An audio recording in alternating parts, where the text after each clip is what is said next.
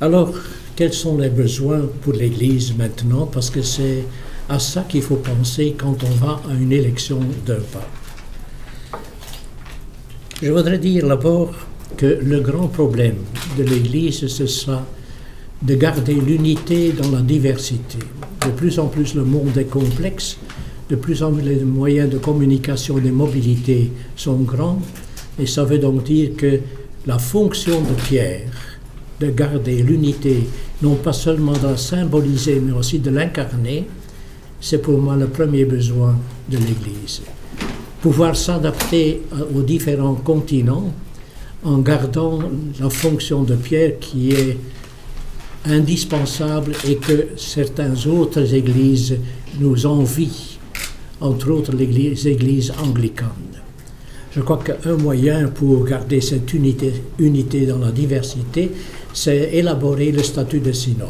Peut-être qu'il faudrait dans le synode donner un vote plus délibératif et non pas seulement consultatif, et surtout s'exercer dans une culture de débat qui est absent ou presque absent dans le synode.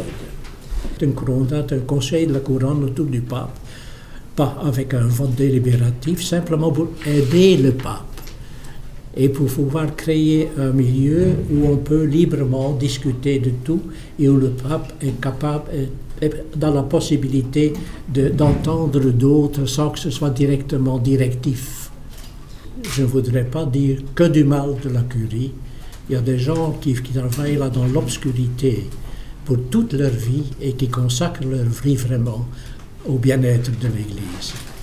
Mais un organe exécutif a toujours plus ou moins la tendance de devenir législatif, de prendre le pouvoir en main.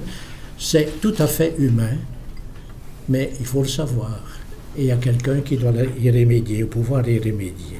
Évidemment, ce qui est absolument nécessaire, c'est avoir un homme qui a une empathie pour les différents continents et les mentalités et les sensibilités des différents pays et continents.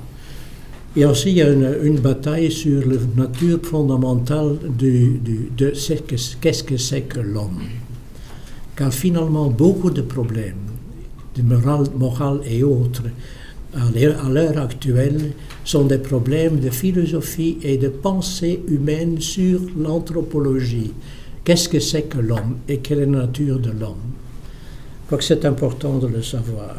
Est-ce que ce ne serait pas bon que le nouveau pape soit un peu un Jean-Baptiste?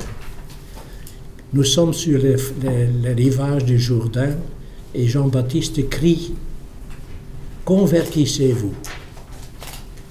Eh bien, je crois que ce serait bon si, quelque part, l'Église tout entière, du pape jusqu'au plus petit fidèle, se convertisse, c'est-à-dire dit ce qui a été mauvais, dit et ouvertement qu'on le sache, et l'accepter, se confesser pour ainsi dire, et demander pardon et surtout recevoir le pardon pour aller jusqu'à Pâques où on va ressusciter, car nous ne sommes pas à la fin de l'Église catholique.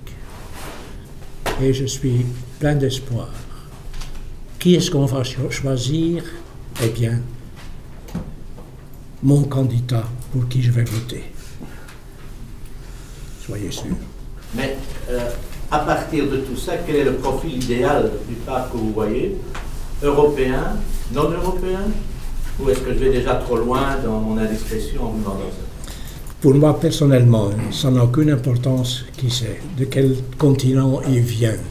Il faut choisir le meilleur et aller le prendre là où il est, même aux îles de Pâques. Mais il n'y en a pas là. Non, je crois que pour moi, c'est une question qui ne se pose pas. Ce serait dans des gens qui aimeraient que ce soit un Africain. Et ça, bon, si le meilleur est un Africain, prenons-le. Et je crois que les évêques, les cardinaux qui sont là diraient tous à peu près la même chose. Le meilleur, il faut aller le prendre là où il est.